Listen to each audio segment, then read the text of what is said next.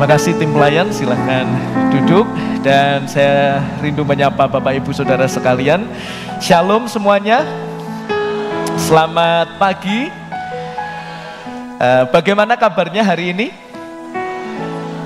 Luar biasa.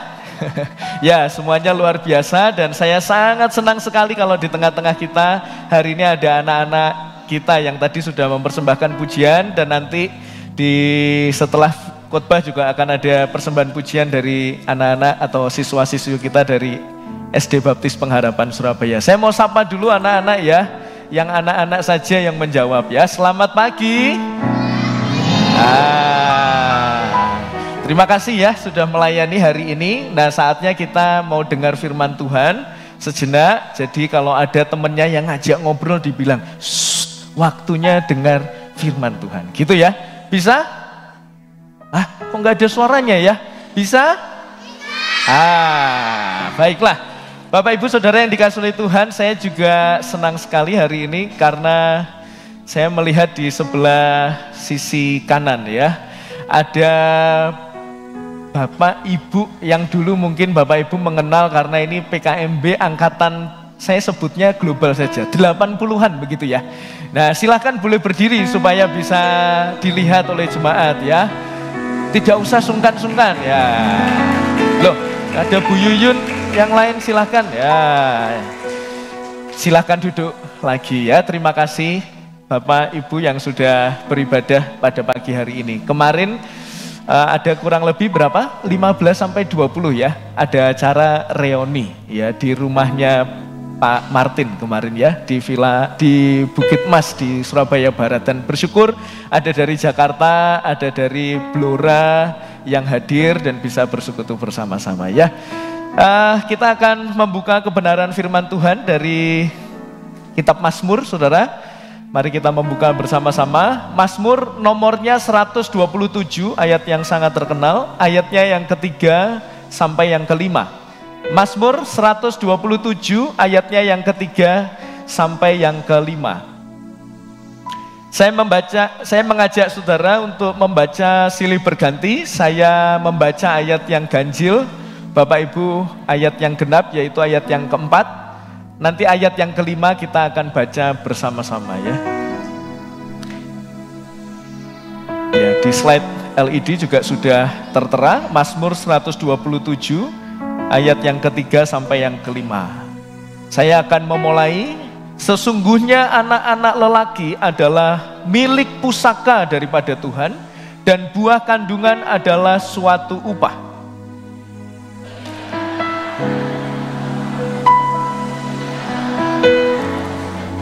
Bersama-sama, berbahagialah orang yang telah membuat penuh tabung panahnya, dengan semuanya itu ia tidak akan mendapat malu apabila ia berbicara dengan musuh-musuh di pintu gerbang. Saudara yang dikasihi oleh Tuhan, saya rindu membagi khotbah saya menjadi dua bagian. Yang pertama kita akan memahami apa arti milik pusaka Allah yang tertera pada ayat yang ketiga. Nanti saya akan aplikasikan kepada orang dewasa, tapi juga kepada anak-anak, karena mereka semua sudah bersemangat pada pagi hari ini.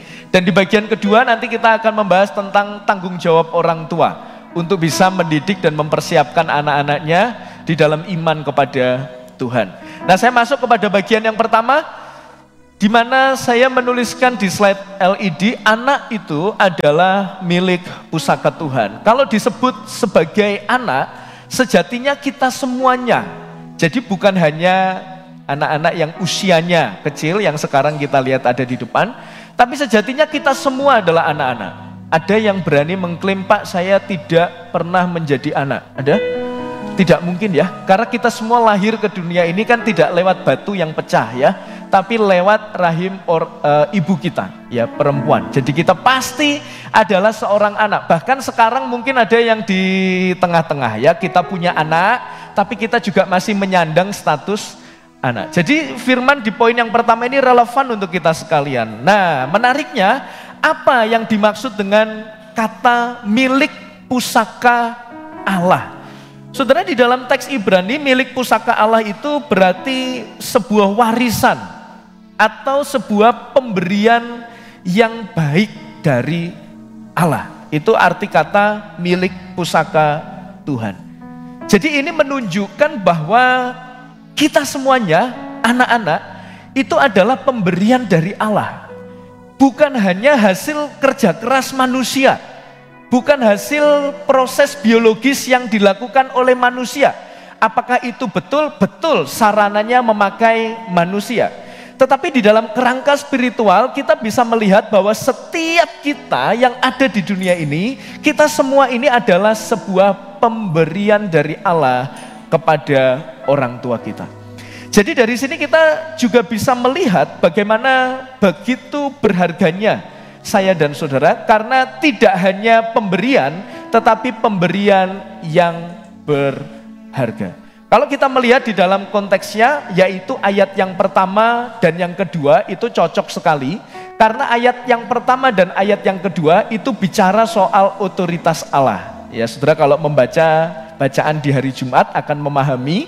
Karena di hari Jumat itu kita baca mulai dari ayat yang pertama sampai yang kelima. Di ayat pertama bunyinya apa? Jikalau bukan Tuhan yang membangun rumah di sini pasti bukan bicara soal gedung, tapi bicara soal keluarga, orang-orang di dalamnya. Sia-sialah usaha orang yang membangunnya. Maka kalau tidak ada Tuhan di dalamnya, tidak ada otoritas di dalam tengah-tengah keluarga, maka dikatakan sia-sia. Lalu di ayat kedua, sia-sialah kamu bangun pagi-pagi, duduk-duduk sampai jauh malam, makan roti yang diperoleh dengan susah payah, sebab ia memberikannya kepada yang dicintainya pada waktu tidur. Jelas ayat ini bukan berbicara kamu tidur aja, maka kalau tidur dapat berkat. Bukan itu ya. Tapi ini menunjukkan kamu kerja keras kayak apapun, jungkir balik. Kalau kata-kata saya beberapa waktu lalu, endas digawe sikil, sikil digawe endas. Tapi kalau dasarnya bukan Tuhan, maka dikatakan sia-sia. Jadi di dalam konteks perikop ini Bapak Ibu Saudara, ayat yang pertama sampai yang kelima itu benar-benar menonjolkan tentang otoritas Allah. Bahkan termasuk ketika saya dan saudara memiliki anak, itu adalah otoritas Allah yang diberikan kepada saya dan saudara. Tapi mungkin Bapak Ibu ada yang bertanya, Pak, kenapa kalau semua itu adalah pemberian yang baik, milik pusaka Allah, tapi kenapa yang disebut itu hanya anak laki-laki? Apakah saudara memperhatikan di sana yang disebut itu anak laki-laki, saudara ya? Jadi yang perempuan-perempuan mohon maaf ya, saudara bukan milik pusaka Allah gitu ya. Tidak Bapak Ibu saudara ya, ini semua karena ada konteksnya. Ya, perjanjian lama yang saya sering katakan itu ditulis, Alkitab itu ditulis di PL itu dalam budaya patriarki ya. Jadi mengedepankan laki-laki. Laki-laki lebih tinggi daripada perempuan, bahkan laki-laki itu sebuah kebanggaan. Kalau orang di zaman PL belum punya anak laki-laki itu semacam merasa gagal. Maka kalau ada anak lalu perempuan, dia akan coba lagi dapat laki-laki. Perempuan lagi dapat laki-laki, cari laki-laki. Pokoknya sampai dapat laki-laki. Karena laki-laki itu adalah sebuah kebanggaan bagi keluarga. Itu konteks masa itu. Saya tidak tahu ya apakah beberapa suku saat ini juga masih ada yang demikian, tetapi yang jelas di perjanjian lama seperti ini. Maka ditulislah sebagai anak laki-laki. Tapi sebenarnya pada prinsipnya kalau kita memahami hal ini itu berlaku pada semuanya. Jadi baik laki-laki maupun perempuan, saudara adalah pemberian yang terbaik dari Allah. Tetapi kita perlu memahami, kita tidak bisa menafsirkan teks itu terlepas dari konteks. Nanti saya akan bahas di bagian kedua kenapa hanya anak laki-laki yang disebut di sana, karena itu ada kaitannya nanti dengan sebuah didikan. Apa aplikasinya bagi kita kalau kita tahu kita adalah pemberian yang berharga? Nah, coba saya mau ke anak-anak dulu ya, yang dewasa-dewasa sabar sejenak ya, supaya mereka juga bisa memahami firman Tuhan. Nah, teman-teman kalian semuanya ini adalah pemberian yang terbaik. Waktu kalian lahir, ini satu-satu semua ya. Ini ada Afisa, ada Kathleen, semua yang di sini ada Dedes, ada siapa lagi ini? Tidak hafal Pak Bayu ya, saking banyaknya ya. Kalian semua waktu lahir ke dunia, kalian itu lahir di tengah-tengah keluarga. Ada orang tuanya. Yang lahirin papa atau mama? Mama ya? Iya betul ya. Nah waktu kalian lahir ke dunia ini, itu kalian disebut sebagai pemberian yang berharga. Berarti kalian ini sangat-sangat dikasihi sama Tuhan.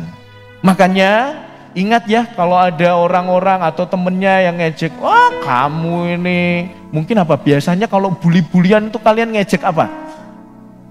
Kamu kok kurus gitu, udah kurus. Biasanya dulu saya pernah diejek itu kan, saya itu kan coklat agak gelap begitu saudara ya.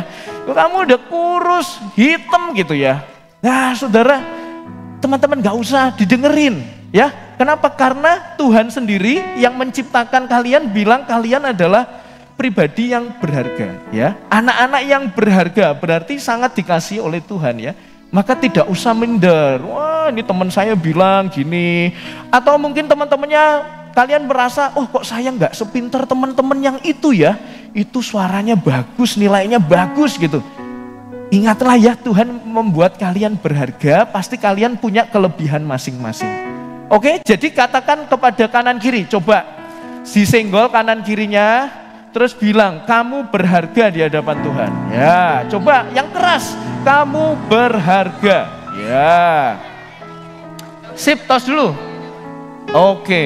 Nah, Bapak Ibu Saudara, itu sebenarnya juga berlaku bagi kita sekalian. Sadarilah bahwa saya dan saudara adalah pemberian Allah yang berharga, yang baik sekali. Maka saya rindu menguatkan, barangkali di tengah-tengah kita ada yang pernah merasa begini, Pak, saya sudah tidak tahu kenapa saya harus hidup. Bahkan saya tidak tahu kenapa saya diciptakan oleh Tuhan.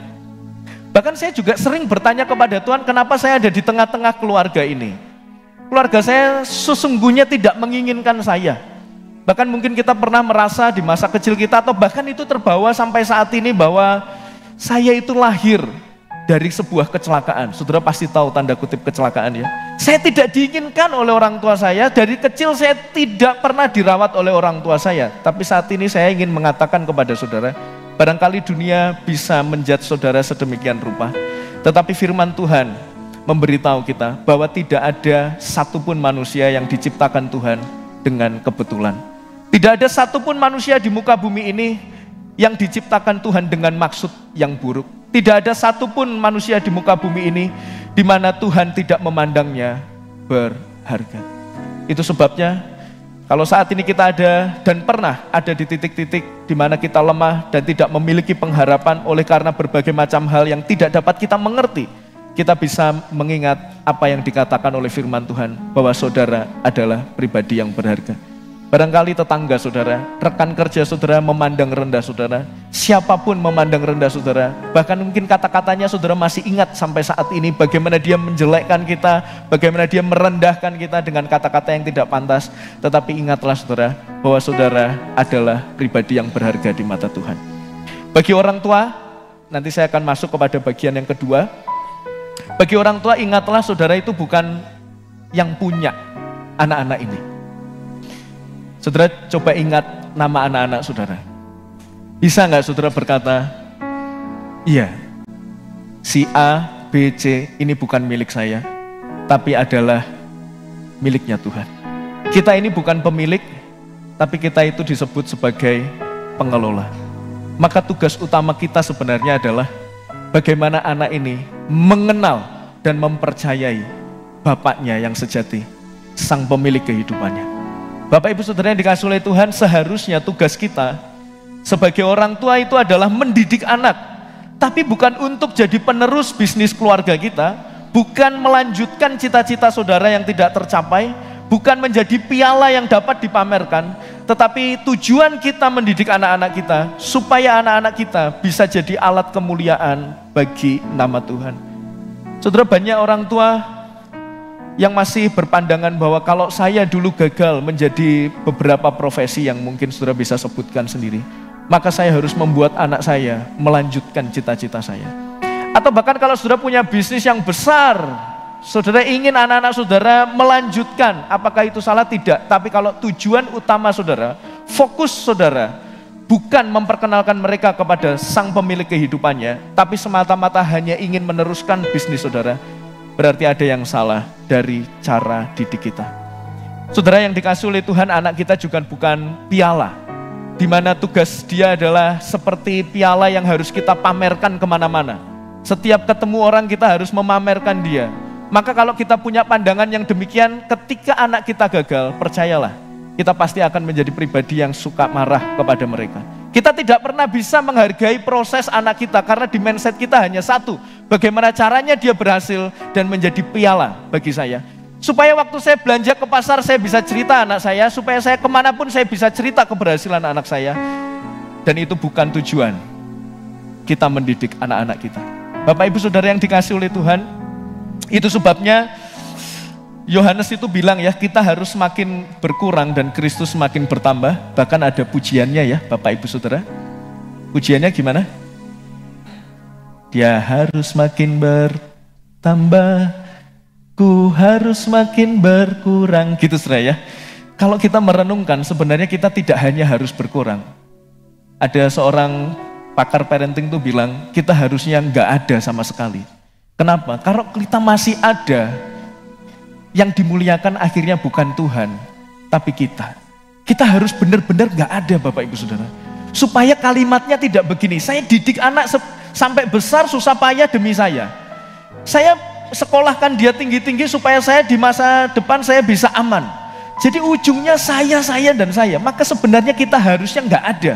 Supaya cara mendidik kita, supaya anak-anak kita bisa memuliakan Sang Penciptanya, yaitu Allah kita. Bapak Ibu Saudara yang dikasihi oleh Tuhan, itulah yang dimaksud dengan milik pusaka Allah.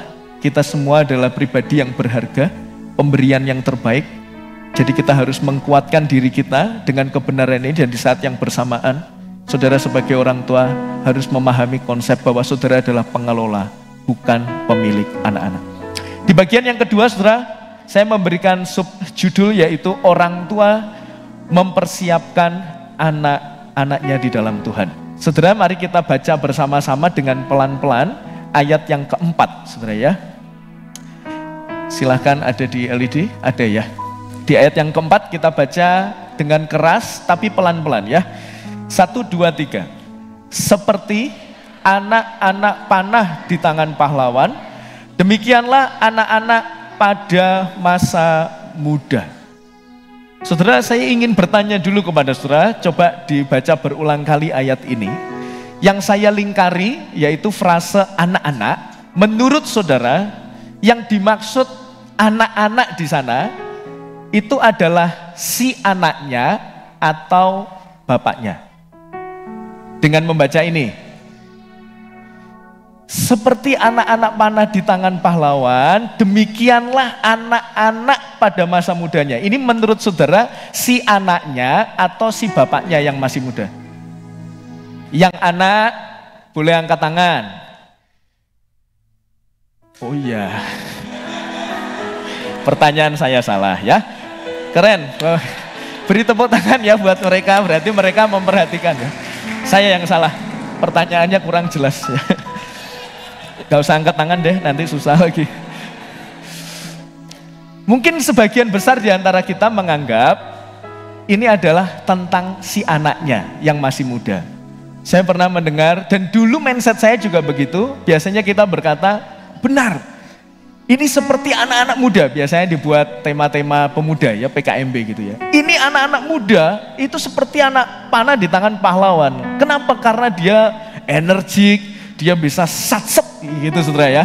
Dan kemudian bisa melakukan banyak hal dengan lebih cepat ya, seperti anak panah di tangan pahlawan. Tapi saudara, ternyata di dalam teks aslinya tidak demikian. Di dalam teks aslinya, di dalam bahasa Ibraninya, dan nanti didukung oleh ayat kelima sebagai konteksnya, ternyata anak-anak yang saya kasih lingkaran itu bukan si anaknya yang masih muda, tapi bapaknya yang masih muda. Supaya saudara tidak semakin bingung, saya bacakan di dalam versi teks Ibraninya yang diterjemahkan dalam bahasa Indonesia ya. Bunyi ayatnya sebenarnya begini, silahkan dilanjutkan.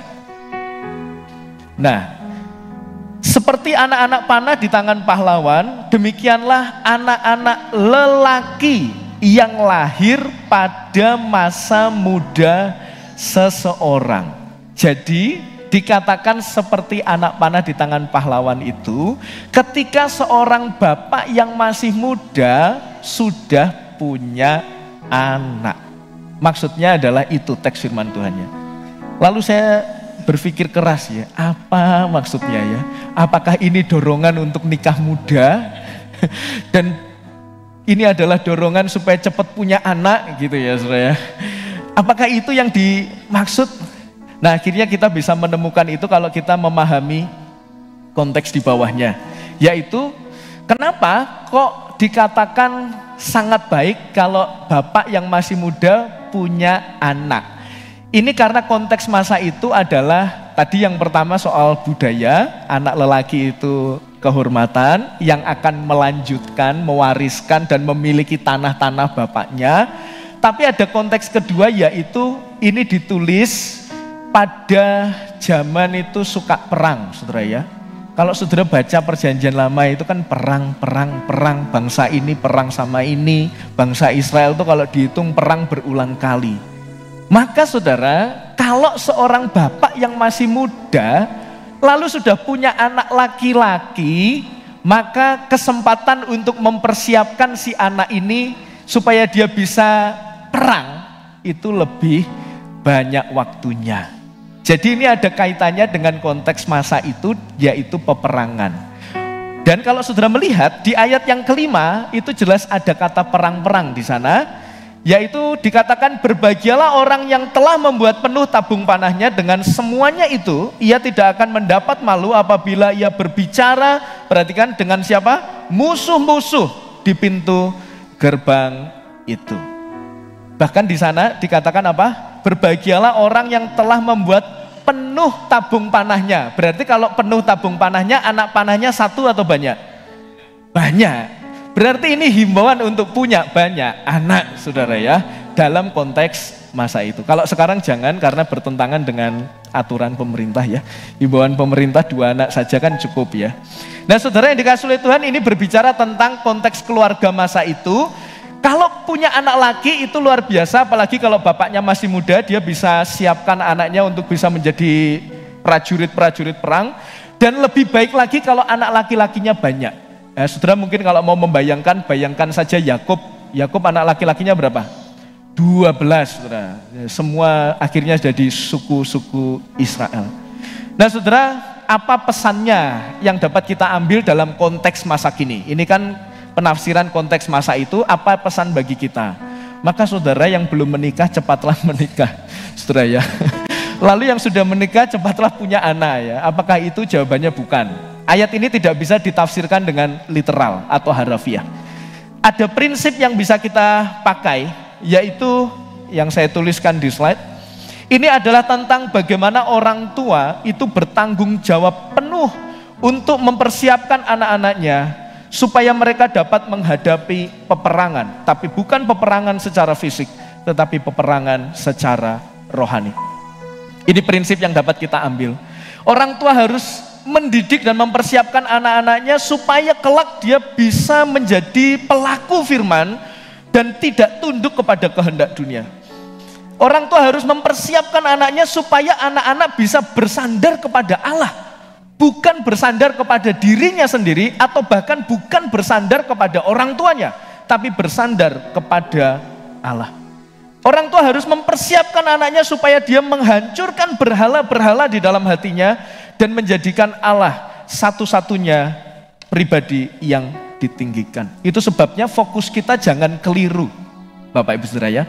Fokus kita dalam mendidik jangan keliru. Ada satu pakar parenting juga, saya mengutip dari seorang bernama Tim Elmore. Dia bilang begini, saudara ya.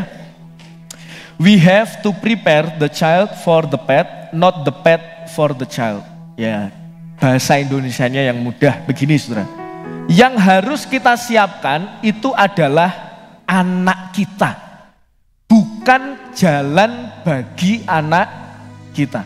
Coba hayati kata-kata ini. Yang harus kita siapkan sungguh-sungguh, fokus kita itu adalah pribadi anaknya, bukan jalan bagi anak kita untuk menjadi seorang yang wow, hebat, luar biasa. Bukan itu. Karena kalau kita mempersiapkan jalan anak kita tanpa kita memperhatikan anak kita sendiri, mau dikasih harta sebanyak apapun, mau dikasih kesuksesan sebagus apapun, dia tidak akan pernah bisa mengelolanya untuk Tuhan. Saudara yang dikasihi oleh Tuhan, masih banyak di antara kita yang sibuk berkata, Pak, anak itu urusan istri, suami itu urusannya bekerja. Bapak gak bisa dong memaksa saya untuk bisa selalu punya waktu bersama anak-anak. Toh saya kan bekerja itu untuk siapa? Untuk anak. Coba saya nggak bekerja, mana mungkin dia bisa menikmati McD, KFC, ke mall bisa jajan. Coba kalau saya nggak bekerja, maka ya saya tugasnya bekerja, ya bekerja saja. Nggak usah punya waktu buatnya anak, itu urusan istri, urusan ibu. Saudara yang dikasihi oleh Tuhan, ingatlah kata-kata ini. Tugas kita bukan mempersiapkan jalan anak kita, tapi anak kita itu sendiri. Saudara, maka jangan pernah sampai kita kehabisan waktu bersama dengan anak-anak hanya dengan alasan saudara bekerja, saudara sibuk, saudara hobi pedal, saudara hobi apapun, futsal, badminton, segala macam, dan saudara kehilangan waktu dengan anak-anak saudara. Apakah menjalankan hobi itu betul? Boleh? Ya sangat boleh saudara ya. Saya futsal, nanti sore jam 4 futsal ya, PKMB ya. Saya sekalian promosi mengundang semuanya. Ya saya main futsal. Tapi jangan sampai apa yang menjadi kesibukan kita menghabiskan waktu kita bersama dengan anak-anak kita. Saudara, ini serius. Tugas Tuhan kepada kita itu bukan nyiapin jalan yang istimewa supaya anak kita mulus. Nanti lulus SMA dia nggak usah kuliah lah, nggak usah apa, langsung aja punya privilege, banyak berkat. Saya siapkan itu saja Pak, supaya mereka kelak hidupnya mudah, nggak susah. Saudara yang dikasihi Tuhan, itu bukan tujuan Allah mempercayakan kita anak-anak. Seharusnya kita bisa percaya saudara, Tuhan hadir di masa depan anak-anak kita. Kita harus percaya bahwa anak-anak kita itu adalah milik Tuhan, maka Tuhan pasti akan sediakan yang terbaik bagi mereka. Tugas kita adalah mempersiapkan mereka dengan sungguh-sungguh supaya bisa menghadapi masa depan yang penuh tantangan. Michel Anthony itu bilang begini saudara, parenting itu bukan tentang tugas menjadikan anak sempurna, tapi tentang menjadi rekan seperjalanan anak, sekaligus rekan sekerja Allah di dalam anugerah Allah. Jadi tugas mendidik kita itu bukan supaya anak kita itu jadi sempurna sekali gitu ya. Gak pernah punya cacat celah, gak punya kelemahan. Bukan itu tugas kita. Tugas kita itu menjadi rekan seperjalanan. Dalam bahasa Surabaya jadi konco. Yang menemani anak-anak kita berproses jatuh dan bangun. Itu tugas kita. Dan di saat bersamaan kita menjadi rekan sekerja Allah. Kenapa? Supaya waktu kita menemani mereka, fokus akhirnya, tujuan akhirnya bukan kita, tapi Allah. Nah ini pekerjaan yang sulit saudara ya. Saudara kan biasa mendengar sulit gampang atau gampang sulit. Kalau ini sulit saudara. Sulit sekali saudara. Saya dulu sebelum punya anak, saya itu merasa bahwa wah ini tuh bisalah dipelajari dengan teori gampang. Tibalah saya punya bara yang usia 3 tahun saudara. Kemarin saya kaget sekali. Saya itu begini, dia lagi mau minta tolong saya, tapi saya itu lagi mengerjakan sesuatu, saya lupa apa ya, saya sedang beraktivitas. Lalu tiba-tiba dia itu, saya tahu kalau dia memanggil, tapi saya belum merespon. Terus tiba-tiba dia itu pegang telinga saya saudara. Terus bilang gini, ini telinga dengar nggak ya gitu saudara. Serius, saya itu sampai, kok bisa ya anak ini bilang gitu ya, ini telinga denger nggak ya gitu. Terus saya coba refleks ke belakang, saya itu beberapa kali, saya nggak jewer, hanya memegang telinganya. Waktu saya panggil bara gitu, nggak dengar, saya selalu pegang. Ini telinganya denger nggak ya gitu. Lah kok dia terapkan kepada saya sudah. Jadi saya mulai melihat kerumitan kehidupan mendidik anak ini. Dan saya yakin mungkin Bapak Ibu yang sudah punya anak lebih dari 1 dan sudah mendidik sampai besar, saudara akan mengingat betapa dinamika mendidik anak itu sangat-sangat tidak mudah. Jadi waktu saya berkata demikian, saya pun juga bergumul, kita semua bergumul. Tuhan itu menitipkan kita anak, tapi nggak ngasih tahu caranya, detail per detail, dia kasih tahu prinsipnya, tapi detail per detail gimana caranya, dia nggak kasih tahu saudara. Kita perlu berhikmat untuk mencari tahu semuanya itu. Saudara yang dikasihi oleh Tuhan, seharusnya Injil, anugerah Allah itu menyadarkan kita bahwa waktu kita bersama anak-anak itu hanya sementara. Saudara percayalah, yang sudah punya anak, sudah berkeluarga, sudah punya cucu, pasti bisa mengalami atau menghayati ini ya. Waktu kita bareng anak kita, dengan waktu kita tidak bersama anak kita, lebih banyak mana? Tidak bersama dengan anak kita. Mungkin kita akan bersama mereka 20 tahun, 25 tahun. Dan kemudian dia akan menikah dan meninggalkan Bapak Ibu Saudara sekalian. Jadi selagi masih ada waktu saudara, bertobatlah dari segala alasan dan kesibukan saudara tidak mendidik anak dengan sungguh-sungguh. Mulailah berikan waktu bagi anak-anak kita dan pastikan tangan anak-anak kita itu menggandeng tangan Tuhan. Karena dengan menggandeng tangan Tuhan, segala tantangan di dalam kehidupan ini pasti akan dapat dijalani. Saudara, saya di akhir ingin memberikan beberapa contoh. Saya beberapa waktu ikut seminar tentang judul seminarnya ini, saudara, Gospel Center Parenting. Maksudnya adalah parenting yang berpusat kepada Injil. Saya awalnya selalu berpikir kalau Gospel Center Parenting itu di mana kita pokoknya cerita tentang Injil kepada anak kita. Itu dibahas, itu perlu kita lakukan. Saya berulang kali pengen menekankan Injil kepada anak saya sedini mungkin. Saudara ya, itu tanggung jawab kita, cerita tentang Injil. Tapi ternyata Gospel Center Parenting bukan hanya cerita tok, tapi bagaimana seluruh pola asuh kita kepada anak kita itu dipengaruhi oleh nilai Injil. Nah, apa saudara, saya berikan 3 saja. Saudara bisa mengeksplorasi hal yang lain, nanti bisa didiskusikan di pemuritan. Saudara, kalau kita percaya Injil itu adalah tentang kasih dan keadilan Allah yang bertemu di dalam pengorbanan Yesus Kristus.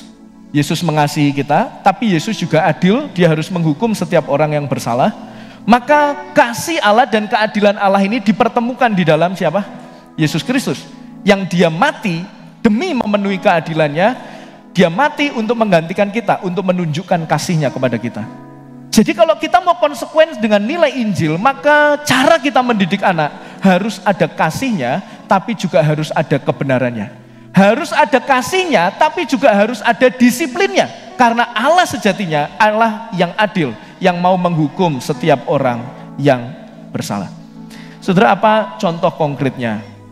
Saya berulang kali mencoba ini. Kalau anak saudara, barangkali sudah dikasih tahu, jangan lari-lari nanti airnya tumpah. Lalu kemudian mereka nggak mendengarkan dan airnya tumpah. Saudara perlu katakan, stop dari lari-lari. Saudara perlu sampaikan itu dengan tegas, ini konteks anak-anak ya. Saudara perlu menegur dengan keras. Suruh dia berhenti dan ambil kain pel untuk dia mengepel.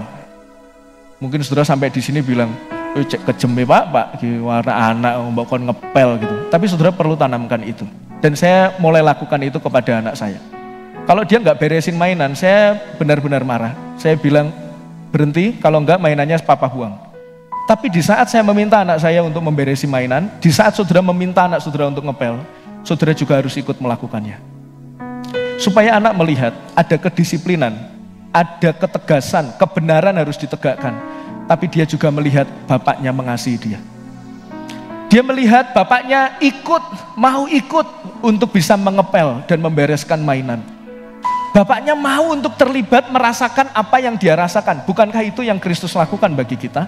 Dia adalah Allah, tetapi dia mau mengosongkan dirinya menjadi manusia, turut merasakan apa yang saya dan saudara lakukan. Bahkan kalau saudara menghukum anak saudara, memberikan konsekuensi kepada mereka, saudara juga perlu untuk terlibat bersama dengan mereka.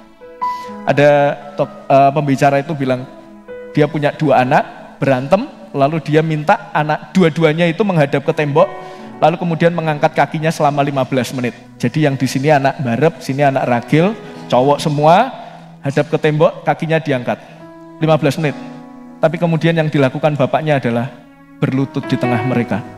Dan menaruh tangan anaknya di bahu sebelah kiri, dan tangan sebelahnya di sebelah kanan. Dia mau ikut ambil bagian. Karena sebenarnya waktu anak-anak melakukan pelanggaran, seharusnya yang paling sakit hati, seharusnya yang paling terluka itu adalah orang tua. Maka kalau kita menerapkan konsekuensi kepada mereka, sebenarnya kita juga turut andil di dalam hukuman mereka. Kita juga harus ikut menjalani hukuman itu.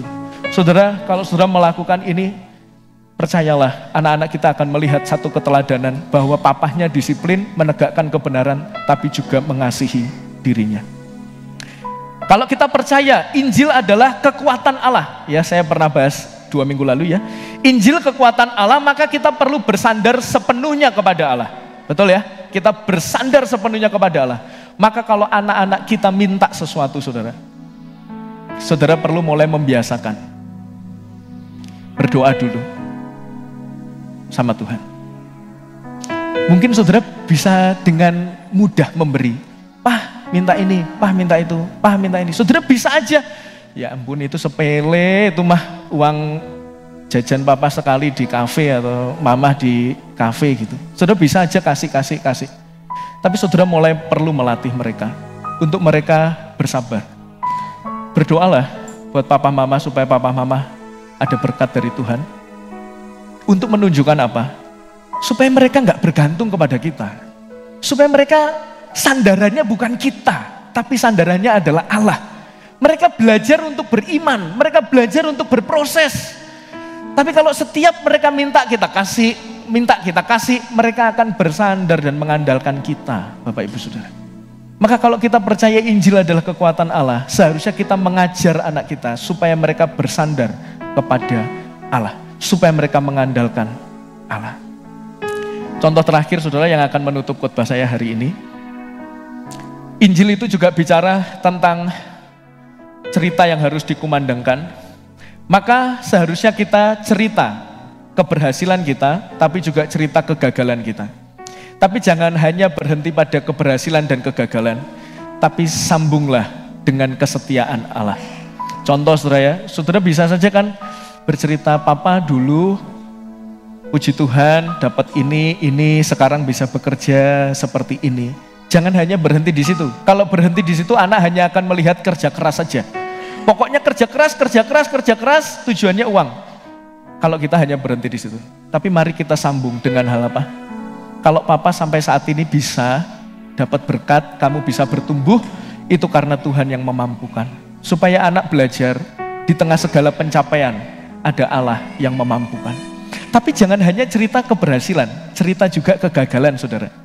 Bacaan kita hari Selasa, Nabi Yoel, dia bilang ceritakanlah para tua-tua, ceritakanlah kepada generasimu supaya generasimu cerita kepada generasimu. Tulisannya tentang itu. Tentang itu adalah tentang waktu bangsa Israel diserang katak, saudara. Diserang katak sampai mereka ampun-ampun sama Tuhan. Disuruh nyeritakan. Jadi kegagalan itu perlu diceritakan. Tapi jangan hanya berhenti pada kegagalan. Karena kalau kegagalan, Pak dulu papa begini salah. Anak hanya akan menangkap, oh wajar ya gagal.